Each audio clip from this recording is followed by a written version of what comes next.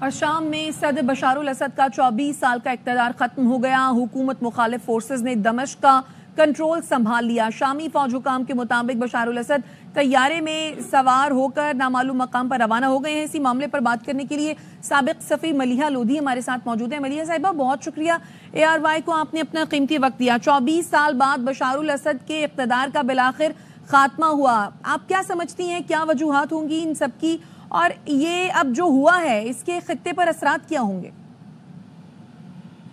پہلے تو میں یہ کہوں گی کہ ایک خاندان جو 50 سال سے زیادہ حکومت کرے ایک ملک پہ، ظاہر ہے ایک وقت تو آتا ہے کہ جب لوگ تنگ آ جاتے ہیں.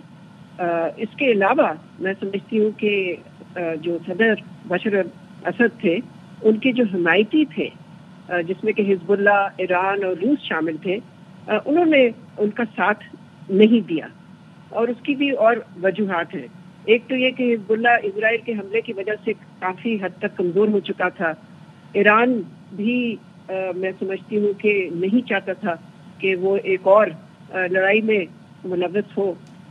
جہاں تک روس کا تعلق ہے، وہ بھی ایک حمایتی تھا. روس پری آکیپائڈ تھا، وہ انوالو تھا اپنی جنگ میں یوکرین میں. تو میں سمجھتی ہوں یہ ساری وجوہات جو ہیں یہ حاوی ہوئی ہیں. اور اب سب سے بڑا سوال میرا خیال ہے یہ ہے کہ آیا سیریا میں، شام میں کیا ایک پرامن سیاسی ٹرانزیشن ہوگی، یا وہاں پر کوئی کیوس یا کیوٹک سچویشن ہوگی. لیکن یہ ضرور ہے کہ یہ ایک سیاسی زلزلے سے کم نہیں تھا یہ ڈیولپمنٹ، اس لیے کہ اس سے مشرق وسطیٰ کا جو سیاسی نقشہ ہے وہ بدل سکتا ہے. مڈل ایسٹ میں جو فوجی سیاسی قوت کا توازن ہے، بیلنس آف پاور جو ہے، میں سمجھتی ہوں وہ بالکل تبدیل ہوگا. اس سے ایران کی جو انفلوئنس ہے وہ بہت کم ہوگی. روس کا بھی میں سمجھتی ہوں کہ جیسے میں نے پہلے بھی کہا ایک دھچکا ملا ہے ان کو. اور اس سے ترکی، جس نے کہ ان اپوزیشن فورسز کی حمایت کی تھی، ظاہر ہے ترکی کا اثر جو ہے وہ اب مشرق وسطیٰ میں زیادہ ہو جائے گا. اور ملیحہ صاحبہ، ایک طرف جب بشار الاسد کی 24 سالہ اقتدار کا خاتمہ ہو رہا ہے اور آپ کہہ رہی ہیں کہ اب دیکھنا ہوگا کہ سیاسی ٹرانزیشن ہوتی ہے یا پھر کیوٹک سچویشن کریٹ ہوتی ہے، ایسے میں اسرائیلی حکومت نے جنوبی شام میں اپنے ٹینک بھی داخل کیے ہیں. لگتا ہے کہ ایک اور جنگ میں داخل ہو جائے گا سچویشن شام میں زیادہ کروشل ہو جائے گی؟